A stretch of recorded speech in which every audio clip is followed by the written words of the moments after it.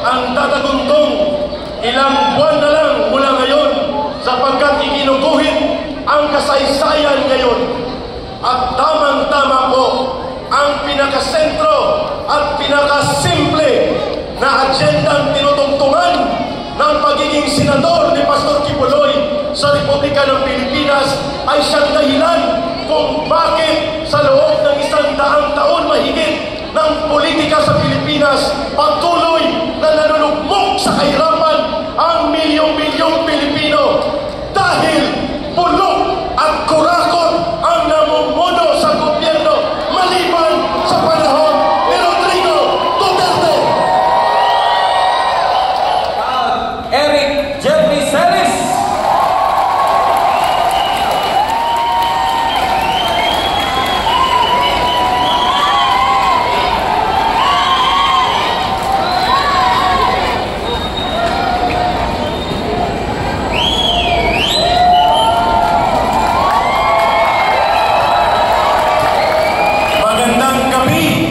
Sambayanang Pilipino.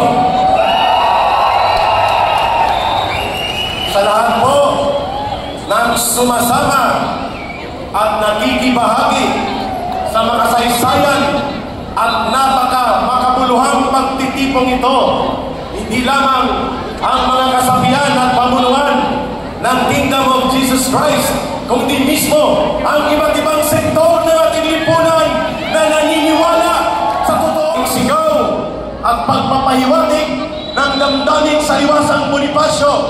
Sabi ko, ang kaibahan lang ng Liwasang Bonifacio at ng Linares Sports Arena, yun ay open space. Ito ay may bubong, pero rally pa rin ito para po sa totoong agenda ng sambayanang Pilipino. Kaya, namimiss ng inyo ang panawagan, bayan, bayan, bayan ko. Di patapos ang laban mo. Si Pastor Kibuloy, dadalhin mo sa Senado. Kibuloy, dadalhin mo sa Senado. Bayan, bayan, bayan ko. Matapos ang laban mo. Di matapos ang laban mo. Si Pastor Kibuloy, pipit-pitin sa Senado.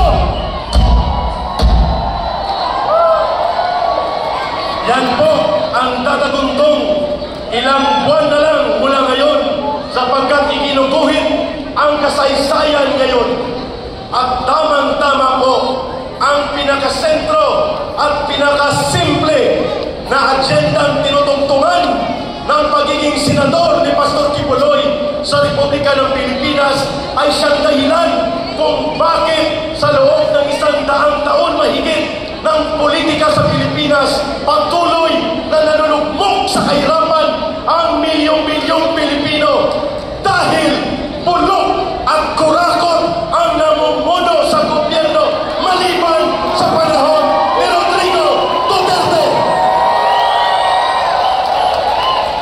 May exemption yun. And dahil rally ito, nakakantig puso na sa loob ng mahigit 100 taon, mga kababayan, taon-taon na lang ang kinikita ng buong bansang Pilipinas. Halos 80% pinagpaparti-partihan lamang ng 13 na pamilya. 13 families lang ang nagpapartida sa halos 80% ng kaban ng bayan natin. Iyan ay dalawang mukha ng korupsyon. Korupsyon sa pribadong sektor ng mga oligarkiya at korupsyon sa loob ng gobyernong ito. Maiksi lang po ang sasabihin ko. Ito lang ang gusto namin i-deliver sa ipanaw, sambayanan.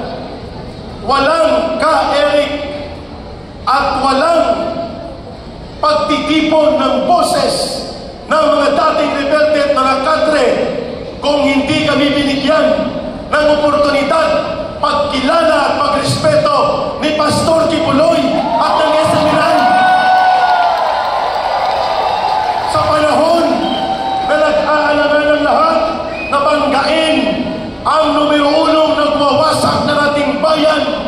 Sa loob na mahigit 50 taon, ang CPP, NPA, NDF, even the media are afraid to confront the problem. Kaya hindi po ganun ka-popular ang National Task Force to End Local Communist Armed Conflict. Subalit may isang taong pribado na galing Davao ang nanindigan at kanyang itinaya at nagsakripisyo para sa bansa ito upang labanan, tapusin at lubusang mawala ang numumunong salot sa ating bayan na nagpahirap sa ating mamamayan.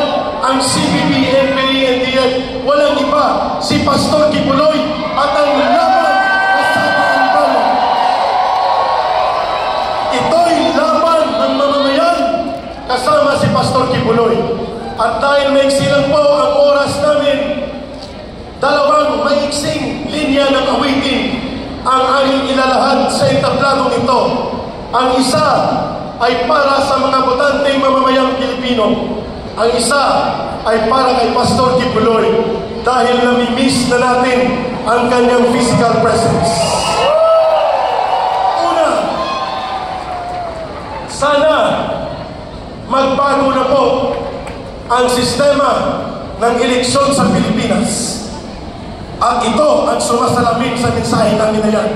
Sana nanakawan na at na-hold up si Juan, ngunit ang hold upper pa ang pinasalamatan na maun sa utang ang bayan ni Juan, ngunit ang nagnakaw pa ang nasa pamahalaan. Nanakawan na at na-hold up si Juan, ngunit ang hold upper pa ang pinasalamatan na maun sa utang ang bayan ni Juan, ngunit ang nagnakaw pa ang nasa Malacanang.